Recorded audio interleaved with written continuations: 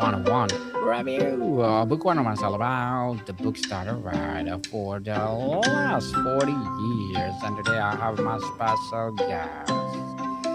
She's a beloved mother, homeschool mom, a home parent sharing honest conversations about grief, faith, motherhood, and finding purpose after loss. And of course, our fellow podcaster, too, no other than Ms.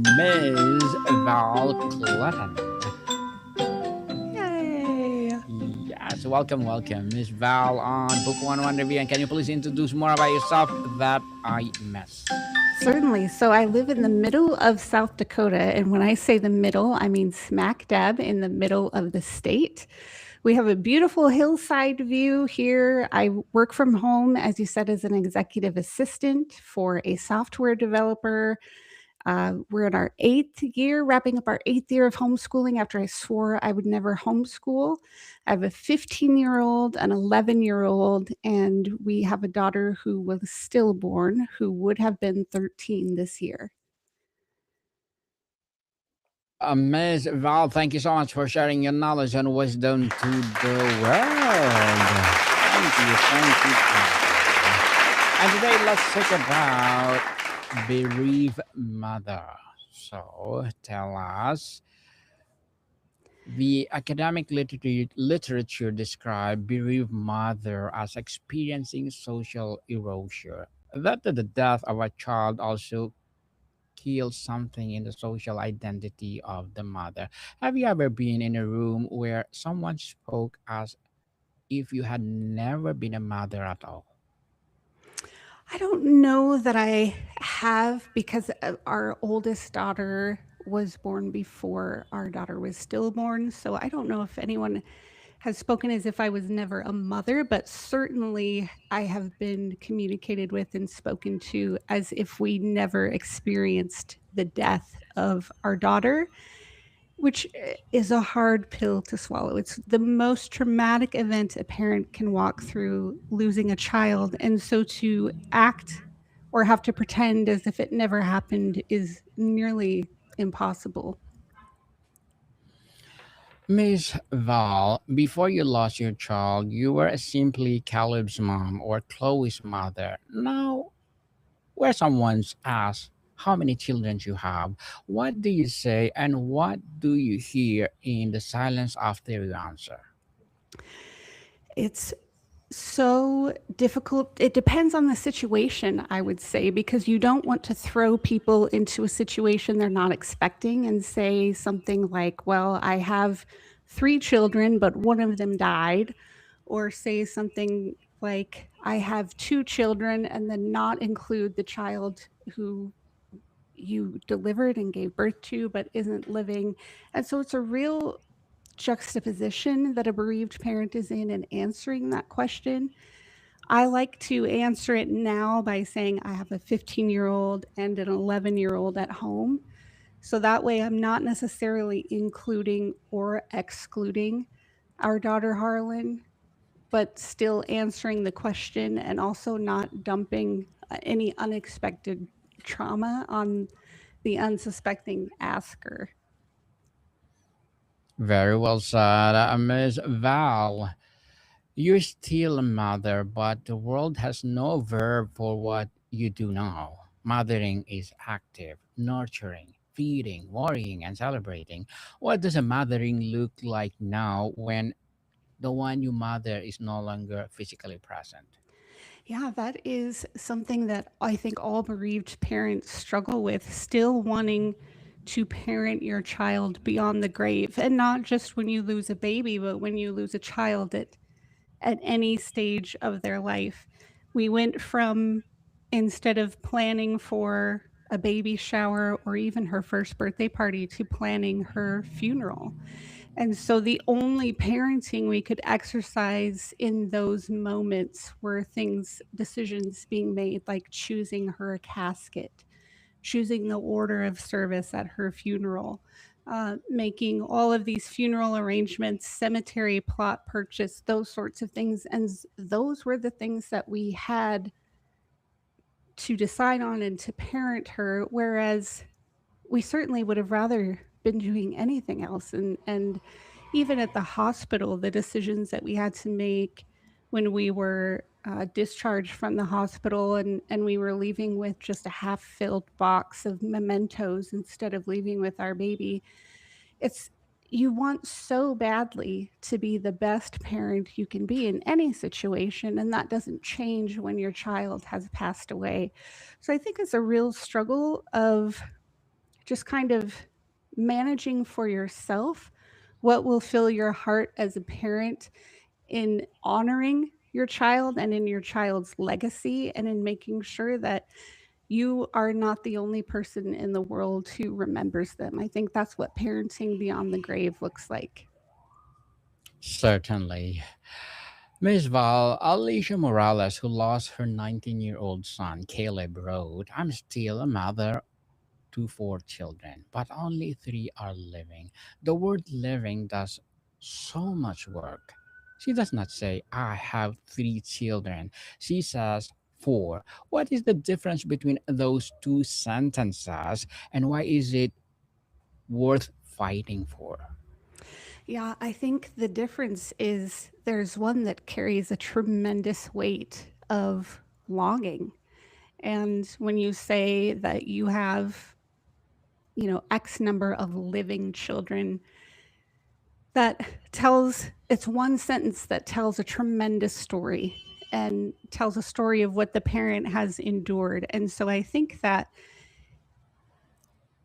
it's a careful line bereaved parents walk, because we want more than anything to tell our children's story from the rooftops, to tell everybody about our child.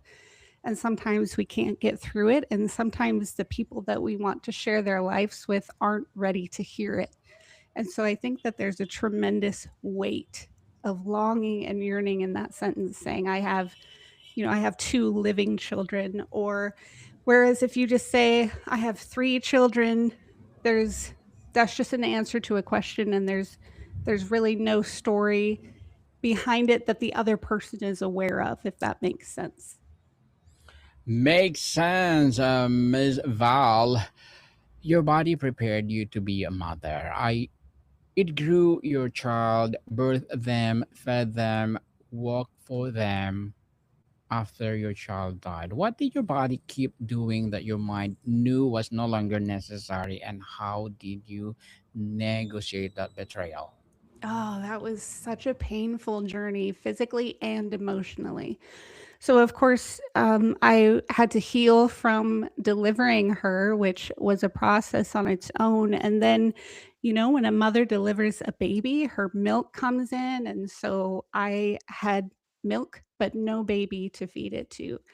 And not only that, but the physical pain of grief that just settled in my body. My arms, my forearms, I remember they ached for weeks. And it was almost as if they knew they were supposed to be holding a baby, but there was nothing there for them to hold except for the pain of what we had walked through. And then it's just the physical effects of grief and mourning, when you lose your appetite, when you're crying incessantly, when you are sleeping but also not able to sleep at all. And so I, I was a hot mess, Daniel, for quite a long time. And it was something that I had to work through physically. But beyond that, I think the physical recovered much faster than the emotional or even the mental side of it. So my body was doing all of the things that my mind wanted or needed it to, but there were some things that just couldn't keep up with because my heart was just broken. Very well said, Miss Val. One bereaved mother described feeling like her arms were empty, not metaphorically, but physically, as if they ache for weight they were designed to hold. Have you experienced this? What does emptiness feel when it's not feeling but a location? Yeah, when I shared that my forearms ached for not holding our daughter Harlan. And when I facilitated a support group for bereaved families for many years after we had become a bereaved family ourselves, so many of the mothers would describe a pain in some part of their body. One, it was her knees or her legs, almost as if her son should have been wrapping his arms around her knees or legs, and he wasn't there to do that. So that's where she would feel the pain. Others would feel the pain in their stomachs, just from the weight of the grief they carried. Others felt physical pain in their chest constantly. And I think, there are all kinds of stories of bereaved parents just feeling the physical ache and this weight of not having their children earthside. And it is a very real phenomenon. Absolutely. Phenomenon for sure. Mothers who have lost children report higher rates of cardiac events, autoimmune disorder, and premature mortality. This research calls this broken heart syndrome. Do you believe your body has aged differently since your child died? Or if so, why do you carry those years? Oh, wow. That's a very interesting question. I I do remember one time riding in our vehicle and my 3-year-old daughter perked up from the back seat and said, "Mama, is your heart broken?" And it was, and I answered her honestly that it was. And I just remember thinking, like, my 3-year-old knows, my 3-year-old can tell. So certainly other adults and older company that we were around would be able to see physically the sadness and the grief that was manifesting internally. So I'm not sure, it's been almost 13 years for me, and I would say I probably aged more dramatically in that first 3 years, I would say, just because I didn't want I didn't wanna take care of myself. I didn't really see the point other than being present to take care of my husband and daughter and then later our son. Um, but I think now, having gone through a tremendous journey and finding considerable healing along the way, not to say that I'm healed or better, but I have experienced some healing of certain things along the way. I think that I'm actually probably healthier now than I was 10 years ago, we'll say, when I was still coming out of that very, very dark cloud, deep pit of grief. Miss Val, sleep is often the first casualty, isn't it? What happens in the hour between 3 and 4 a.m. in your house, the hour when the world is silent and there is nothing left to distract from you from the absence? Yeah, I remember those nights early on in our loss for sure. I would wake up in the middle of the night, and there was nothing louder than the silence, so to speak. And so that was very disheartening, troubling, and unsettling, I would say, because I think, especially when you're grieving, you need that rest. You need that restorative rest and digest type of sleep. And it wasn't coming. And when you're up in the middle of the night and there's all of this silence around you and everyone else is sleeping as you are supposed to be, it just is really the perfect environment for your mind to question, doubt, replay the what if scenarios. And it's enough to drive anyone crazy for sure. But also in those times, there were some beautiful moments of just worship and reassurance and just faith that even in that darkest moment, that darkest road, that I was not alone, I was seen, I was cared for. So it was a little bit of everything, I would say, Daniel. Very well said, Miss Val. Very well said indeed. In the early days, people showed up.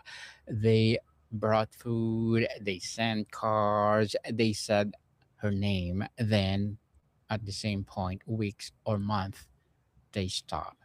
Not because they stop caring, but because their lives resume and your had not.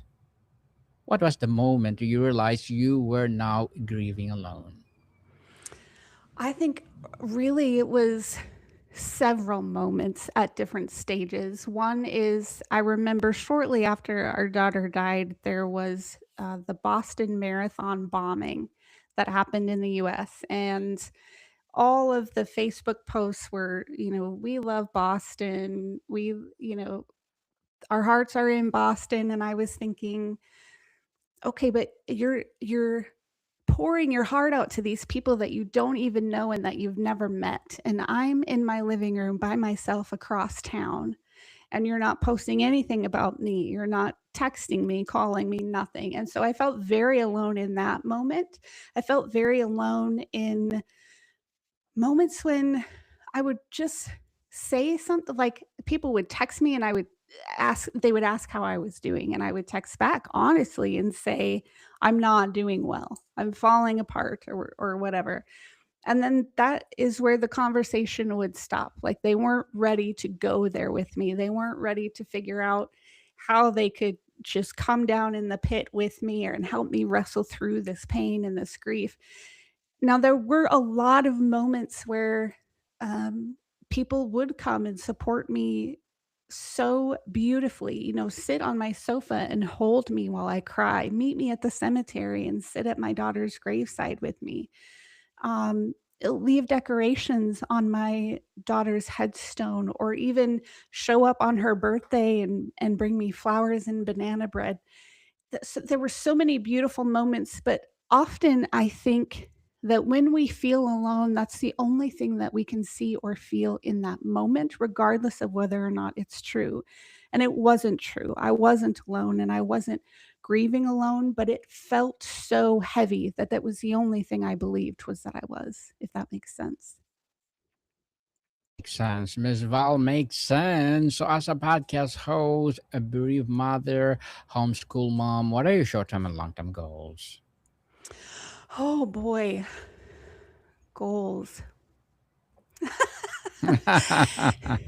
I really just keeping to put one foot in front of the other. Every day is so different, and you as a podcast host, and a successful one at that, you know that there's a lot of work and effort, and nothing usually goes as planned. And so I think probably one of my goals that I should implement is just rolling more with the punches and being a little more flexible, having more wiggle room in my day to day, perhaps. You could probably teach me a thing or two about that. Definitely, Miss Val. Please do come and ask me, and I will share you the secret of a successful podcast host for sure. So, thank you for that, and good luck. And looking forward for more success. And what will be a piece of advice for those people out there want to be like you? Oh, goodness. I would say absolutely just approach it with an attitude of expectancy. You are capable. There are so many resources at your fingertips. And if you have a dream, there's probably a plan and a reason why. So, absolutely approach it with a sense of expectancy and confidence. Even if you don't succeed by your own standards on the first try, it doesn't mean that you're a failure. So, keep moving ahead. Absolutely. Yes, people don't quit. Just go, go, go. Forward, not backward. Come Yes. on, yes? Definitely. Just like Miss Val, forward, forward, forward. And always take that hope is always in the corner. People grab it. And thank you for that, Miss Val. Empowering, empowering advice. And can you please recommend a book or books that influence your journey? Yes, absolutely. So Mary Beth Chapman wrote a book, Choosing to See. I have it right here. It's even a little bit worn from my constant reading of it. She wrote of it's a hard story to read. They adopted a daughter, Maria, and she was killed in a tragic accident. It was hard to read because she was so honest, but at the same time, in my journey of bereavement, for sure, I needed that raw honesty. I needed to know that someone else had endured so much tragedy and such a level of trauma, but still was able to grapple with their faith and move forward. Because, like I said, the death of a child is the hardest thing a parent can ever walk through. And in those early moments, early days, weeks, months, even, I just needed to know that it was possible. And so I was so grateful that she wrote this book, that she poured out not only her story, but everything that she wrestled with, the thoughts, the feelings, the confusion, the gore really of it all. And so I have read this book multiple times. I've recommended it to several other people. And there was one more that's kind of a, I would say, a different approach for me, but it's called Inspiration Sandwich by Sark. And this was gifted to me. This very copy was gifted to me in 1994 on my birthday. And the inscription that my friend who gifted it to me wrote said, "To Valerie, my very special friend who was kissed by the angels and given the soul of an artist. I have seen it." And I think that just knowing that my friend in 1994 saw a creative spirit in me, all those years later, 2013 was when our daughter died.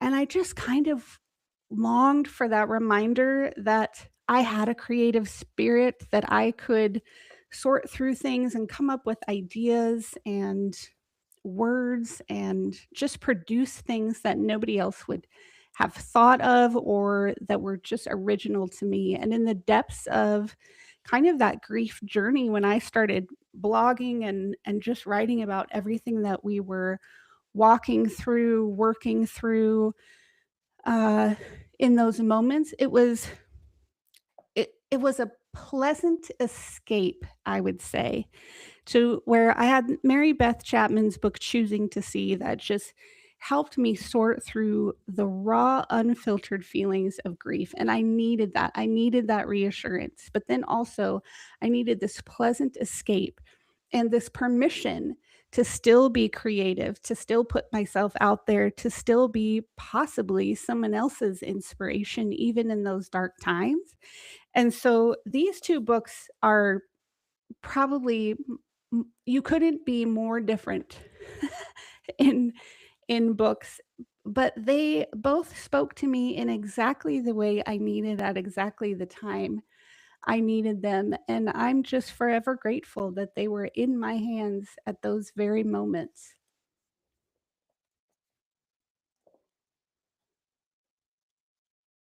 Well, thank you for that recommended book, Miss Val. Truly, truly empowering. But before we wrap up our discussion for today, I'm inviting you to please do listen to my other podcast, people, because my abstract essay is already in sixth season. Abstract poetry in third season, and of course, my book 101 review in sixth season as well. Comedy 101 fourth season, and my food 101 in sixth season too. Geography 101 love letters, movie 101 review, music 101 are in fifth season, science 101, sex 101 in its fourth season, spiritual awakening, trivia 101, law 101, mental health 101, motivation 101, entrepreneurship 101, and of course my Bible verses 101 on my baby podcast. Please listen to them wherever you listen your podcast. So, Miss Val, if your child could see you now, not from wherever they are, but simply from the last